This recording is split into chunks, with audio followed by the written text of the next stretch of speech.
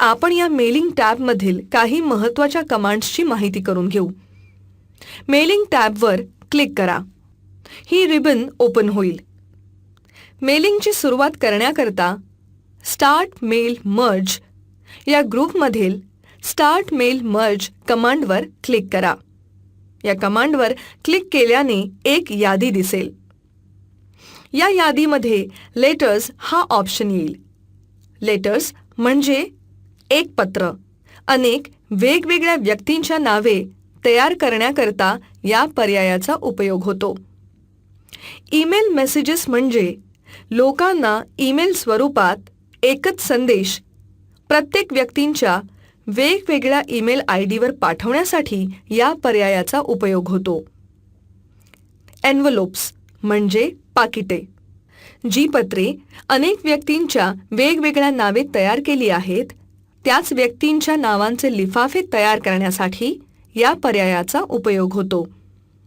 लेबल्सचा उपयोग आवश्यकतेनुसार शीर्षक तयार करण्याकरता होतो आणि डिरेक्टरीजचा उपयोग आपल्याला आवश्यक असणाऱ्या शब्दांचा संग्रह तयार करण्याकरता होतो. आपल्याला ज्या व्यक्तींच्या नावाची यादी तयार करायची आहे त्याकरिता स्टार्ट मेल मर्ज या ग्रुपमधील सिलेक्ट रेसिपेंट या कमांडचा उपयोग करावा लागतो. यामध्ये सुद्धा 2 पर्याय आहेत. पहिला पर्याय आहे टाइप न्यू लिस्ट. या पर्यायावर क्लिक केल्याने न्यू ॲड्रेस लिस्ट हा डायलॉग बॉक्स ओपन होतो. इथे आपल्याला प्रत्येक व्यक्तीची माहिती वेगवेगळ्या फील्ड्समध्ये टाईप करावी लागते. प्रत्येक फील्ड जी आहे ती माहिती या फील्ड खाली टाईप करावी. एका व्यक्तीची माहिती पूर्ण झाल्यानंतर न्यू एंट्री या कमांडवर क्लिक करा.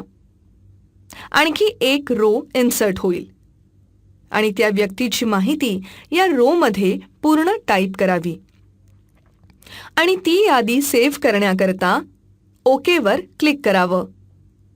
ती यादी माय डॉक्युमेंटमध्ये माय डेटा सोर्सेस या फोल्डरमध्ये सेव्ह करण्याकरता ती यादी कुठली आहे ते नाव द्यावं आणि सेव्हवर क्लिक करावं. ती यादी सेव्ह होते. सिलेक्ट रेसिपेंट या कमांडमध्ये दुसरा पर्याय आहे यूज एक्झिस्टिंग लिस्ट. या पर्यायावर क्लिक केले की तुम्ही आधी कोणती यादी सेव्ह केली असेल ती तुम्ही सिलेक्ट करू शकता आणि त्या यादीतील प्रत्येक व्यक्तीच्या नावे पत्र तयार करू शकता. यादी तयार करून घेतल्यानंतर तयार पत्रामध्ये प्रत्येक व्यक्तीची आवश्यक असलेली माहिती इन्सर्ट करण्याकरता इन्सर्ट मर्ज फील्ड्स या कमांडचा उपयोग होतो. इन्सर्ट मर्ज फील्ड्स या कमांडवर क्लिक केल्याने सर्व फील्ड्सची यादी दिसते.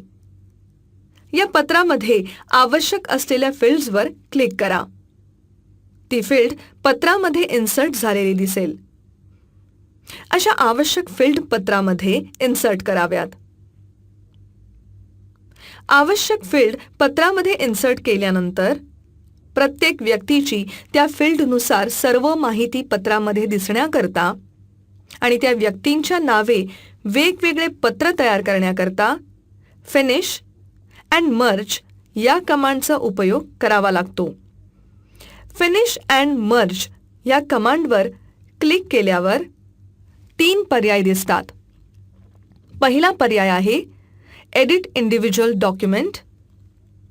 या पर्यायाने एका पत्रापासून जेवढ्या व्यक्तींची आपण यादी बनवली आहे तेवढ्या व्यक्तींच्या नावे पत्रे तयार होतात.